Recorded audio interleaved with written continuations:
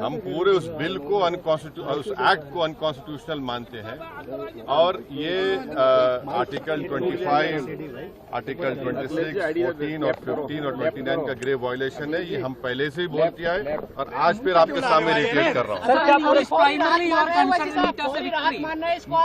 No. See, let us be very careful. The Honorable Supreme Court, as rightly pointed out by my counsel, Mr. Nizam Pasha, the Supreme Court has said that the Central Waqf Council and the State Waqf Boards will not be constituted. Waqf by user cannot be deleted. Now, there are other provisions also which we as a party have come to the Honorable Supreme Court that calling it unconstitutional. Now, whenever it will be heard, our counsel, Mr. Nizam Pasha, on behalf of me, will be arguing it. As you know very well, that during the deliberations of the Joint Working Committee, I have given a Dyson report opposing all the amendments that were proposed by the government. And during the debate in the Parliament on the consideration or passing of that bill, I have opposed each and every amendment. I have called it unconstitutional.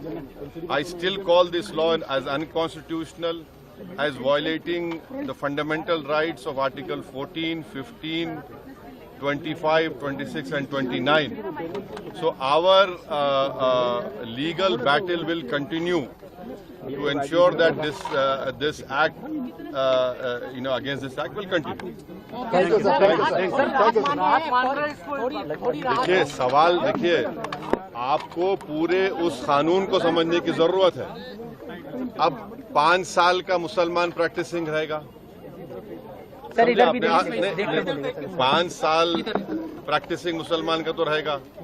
अब उसको कौन decide करेगा? अब कोई महिला है उसको कौन डिसाइड करेगा? तो ऐसे कई उसमें जो अमेंडमेंट्स के जरिए लॉ बनाया गया है, हम उसके आज भी मुखालिफत कर रहे हैं और कल भी अपोज करते रहेंगे। और लीगली हम सुप्रीम कोर्ट में चैलेंज किए, हम उसको उन तमाम चीजों को violation of the fundamental rights मानते हैं। Thank you.